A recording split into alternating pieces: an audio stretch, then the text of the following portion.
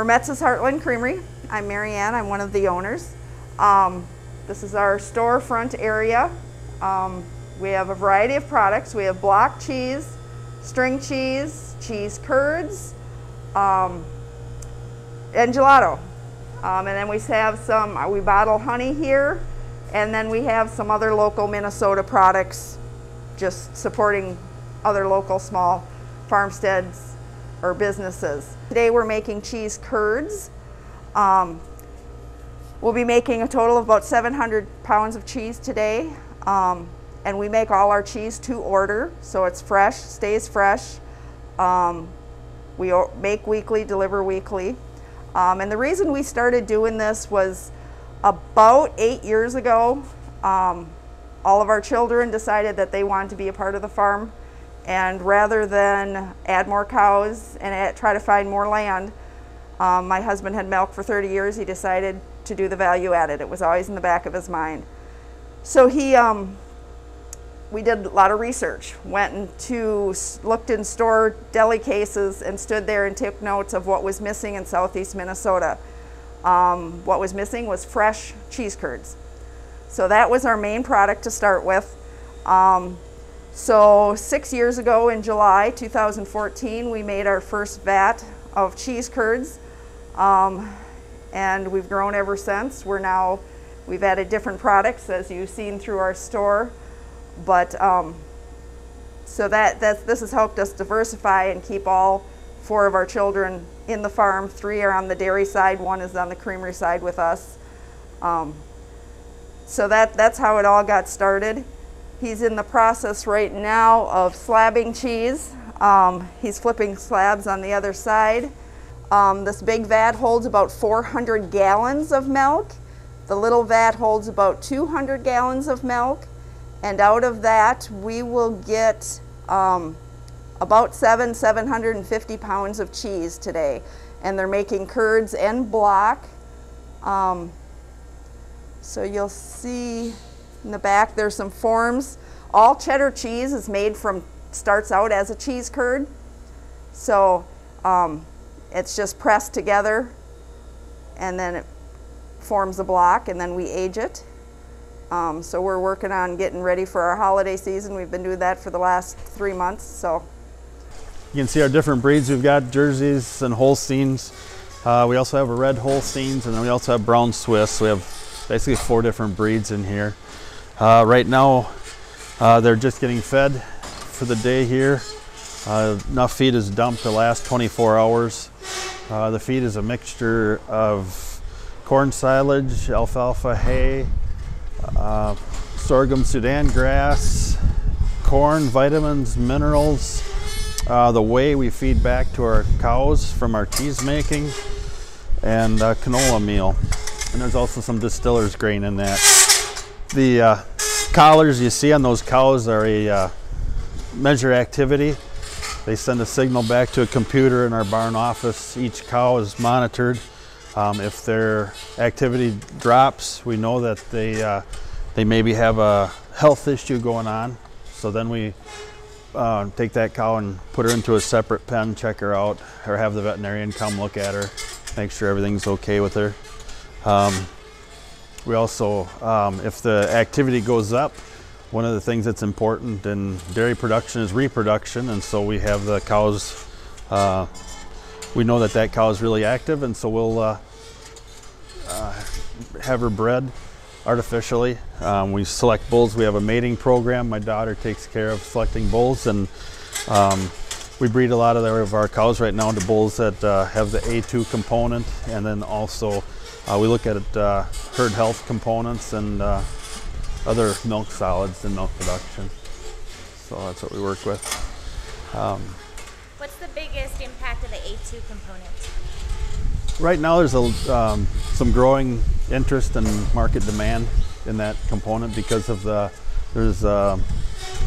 I'm not sure how much scientific data is behind it, but they're finding right now that preliminary studies that people who are lactose intolerant can consume A2 milk and not have any issues or minimal effects. So that's something we want to look at gearing towards if there's an opportunity in that market. So we have 235 cows here. There's about 190 kept in the freestall barn right now. And then we also have cows in another lot that we call our dry cows. At the end of their lactation, 60 days before they're going to have a calf, we quit milking them, which is called drying off in dairyman's layman term.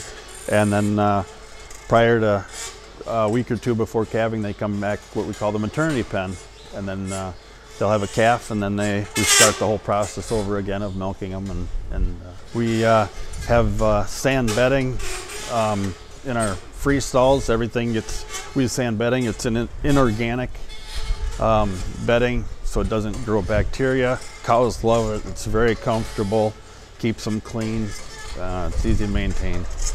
In the summertime, we have fans going in here and keep the cows cool, keep the airflow moving.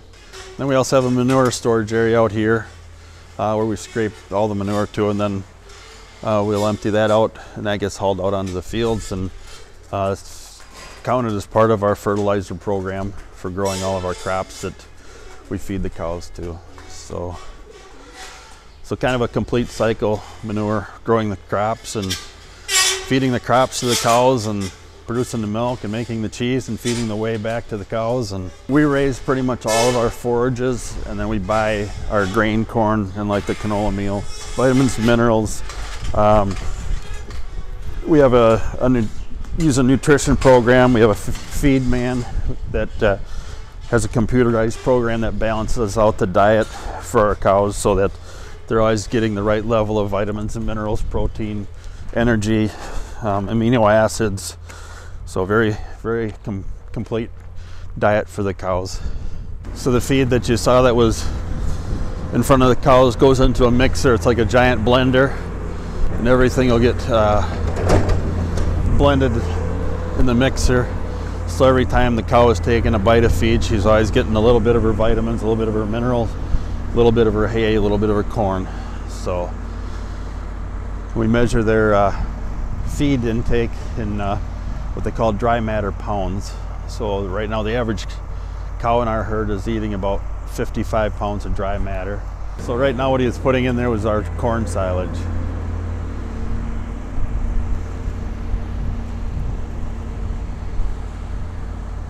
What is your average milk daily pounds produced? We're averaging about 70 pounds, 68 to 70 pounds a day.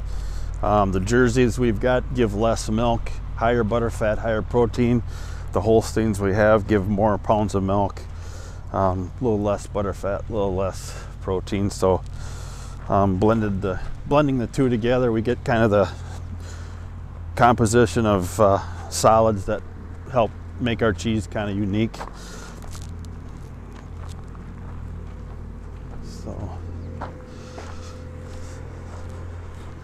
What is your favorite part about your business? Having the family involved, meeting people, just working outdoors at times, the nature part of it, you know, delivering a new calf, seeing the calf born take its breath for the first time, watching our crops grow, you know, planting in the spring and having a successful harvest in the fall. Well, kind of a combination of all that. So over here we've got when people come to visit, we've got a little playground for kids and stuff. Even big people will hop up in non-farm people will hop up in the combine cab just to see what it's all about. And then we raise our calves are back here.